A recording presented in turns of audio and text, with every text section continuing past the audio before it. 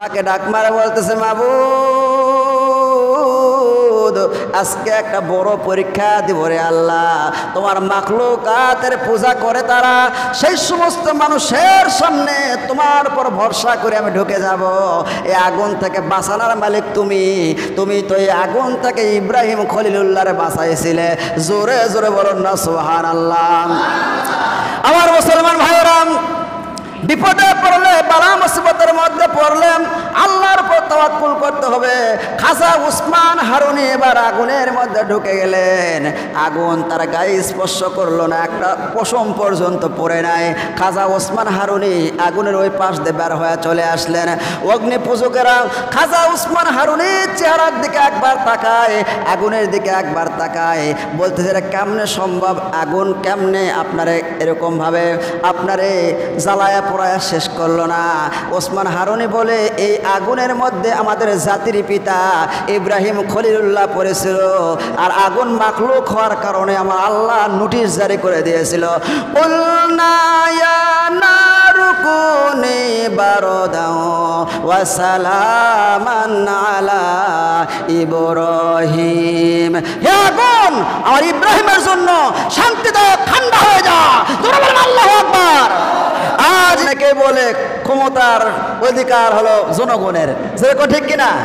জনগণ বলে ক্ষমতার উৎস। এতই জনগণের ক্ষমতার উৎস, দুইবার তিনবার পাতলা পায়খানা হলে আর চোখে দেখে না, যেরকম ঠিক কিনা? কি ক্ষমতা! একটা মশার সাথে পারে না, আবার কয়েল লাগে, ছোট্ট একটা মশা, কয়েল দেওয়া লাগে, মশারি টানান লাগে, তারপরে কুটকুট করে কামড়ায়, যেরকম ঠিক কিনা? আবার এমনি এমনি কামড়ায় না, চোরের মতো না, ওই মশার ভিতরে ঢুকে পো করে যে আমি আসলাম, যেরকম ঠিক কিনা? একটা মশার সাথে পারেন না, আপনি ক্ষমতার উৎস।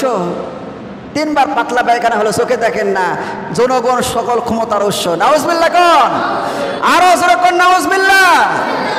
জনগণ ক্ষমতার উৎস হতে পারে না। ক্ষমতার উৎস কার? আরো জোরে বলেন কার? একটা মুরগির চ্যাংনা, ছোট্ট একটা মুরগির চ্যাংনা ধরবা লাগে দেওয়া হয়, বোঝেন না এই কথা?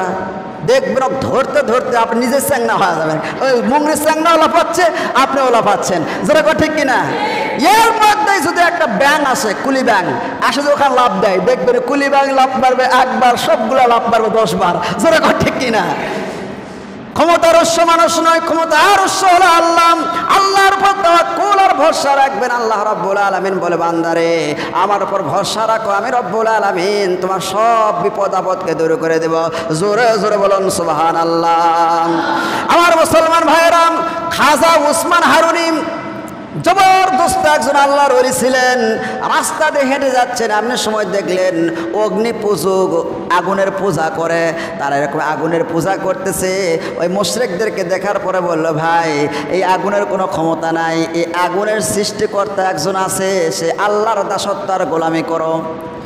আগুনের কোনো ক্ষমতা নাই, আগুন হলো মাখলুক, আর একজন আছে খালেক। সুবহানাল্লাহ কোন? আগুনের কোনো ক্ষমতা নাই, আগুনের পূজা করো না, আগুনের দাসত্বের গোলামি করে লাভ নাই, আল্লাহর দাসত্বের গোলামি করো। সেই সময় অগ্নি পূজকেরা বলতেছেন, আগুন যদি সত্যিই মাখলুক হয়ে থাকে তাহলে আপনি আগুনের মধ্যে হাত দেন, দেখি তো আপনার হাত পড়ে কিনা। সেই সময় খাজা ওসমান হারুনি বলতেছে, আগুনের মধ্যে আমি হাত না দিয়ে যদি আগুনের মধ্যে আমি ঢুকে যাই তাহলে কেমন হবে? সুবহানাল্লাহ কবেন না?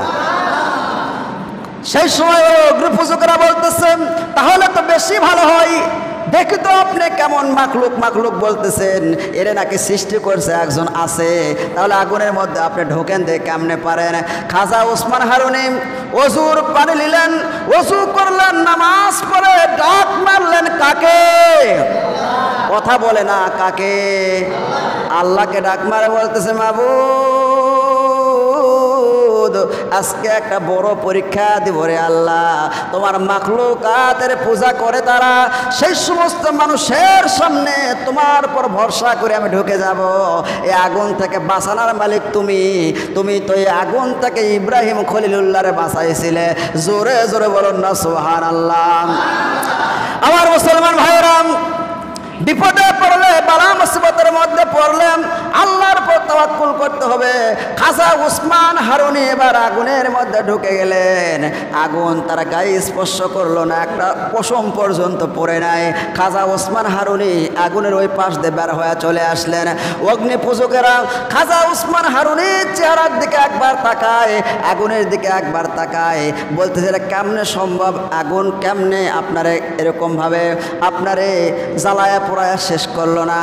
ওসমান হারুনি বলে এই আগুনের মধ্যে আমাদের জাতির পিতা ইব্রাহিম খলিলুল্লাহ পড়েছিল, আর আগুন মাখলুক হওয়ার কারণে আমার আল্লাহ নোটিশ জারি করে দিয়েছিল, কুলনা ইয়া নারু কুনি বারদাও ওয়া সালামান আলা ইব্রাহিম। হে আগুন, আমার ইব্রাহিমের জন্য শান্তিদায়ক ঠান্ডা হয়ে যা। জোরে বলেন আল্লাহু আকবার। आज भी हो जो इब्राहिम का ईमान पैदा, आज भी हो जो इब्राहिम का ईमान पैदा, आग कर सकती है के अंदाजे गुलिस्ता पैदा। आज যদি কোথাও হয় ইব্রাহিমের ঈমান বিদ্যমান, করতে পারেন অগ্নিকুণ্ড খুবসুরত এক গুলিস্তান। আজও যদি ইব্রাহিমের ঈমান কোন ইব্রাহিমের সন্তানের কলিজার মধ্যে থাকে, আগুনের মধ্যে গেল আল্লাহ পাক সেই আগুনকে ফুলের বাগান বানাইতে পারে। জোরে জোরে বলেন না আল্লাহু আকবার। ঈমান থাকতে হবে, তাওয়াক্কুলে ভরসা থাকতে হবে কার উপরে? আরো জোরে বলেন কার উপরে? আল্লাহ রাব্বুল আলামিন বলে বান্দারে আমার উপর তাওয়াক্কুল করো, আমার উপর ভরসা করো, আমি রব্বুল আলামিন তোমার জন্য যথেষ্ট হয়ে যাব। দুটা কাজ করতে হবে, আল্লাহর উপর ঈমান আনতে হবে, আল্লাহকে ভয় করার নীতি অবলম্বন করতে হবে। কি করতে হবে? আল্লাহর উপর ঈমান আনতে হবে, আল্লাহকে ভয় করার নীতি অবলম্বন করতে হবে। দুটাই থাকতে হবে। আপনি ঈমান আনছেন মুসলমান, কিন্তু আল্লাহকে ভয় করেন না, লাভ হবে? জোরে বলেন। আপনার সামনে রাত নাই, পুলিশ নাই, বিডিবি নাই, বিজিবি নাই, কেউ নাই, কেউ দেখতেছেন কে? আরো জোরে বলুন কে? আপনি একটা ঘরের মধ্যে, একটা কক্ষের মধ্যে, অফিসের মধ্যে একা একই বসে আছেন, ওই ঘরের মধ্যে একজন গিয়ে আপনাকে ঘুষের টাকা দিচ্ছে, আপনি আর ওই মানুষ ছাড়া কেউ নাই, কিন্তু আর একজন আছে না নাই? আরো জোরে বলেন। বলে আমি তো এই সপ্তাহে হজ করে আসছি রে, ঘুষের টাকা আমি হাত দিলে আরবো না। কি করবো না? ওই ডয়ারে থেজা। কি করে যা? ডয়ারে থেজা। 40 দিন পার হয় নাই, এখন লড়াটা যাবে না, আছে না নাই? এই রমজান মাস কিছুই বুঝিস না তুই। রমজান মাসে ঘুষ খাওয়া যাবে না, রমজান মাসে আমি ঘুষ খাবো না, আমি এখন রোজা আছি।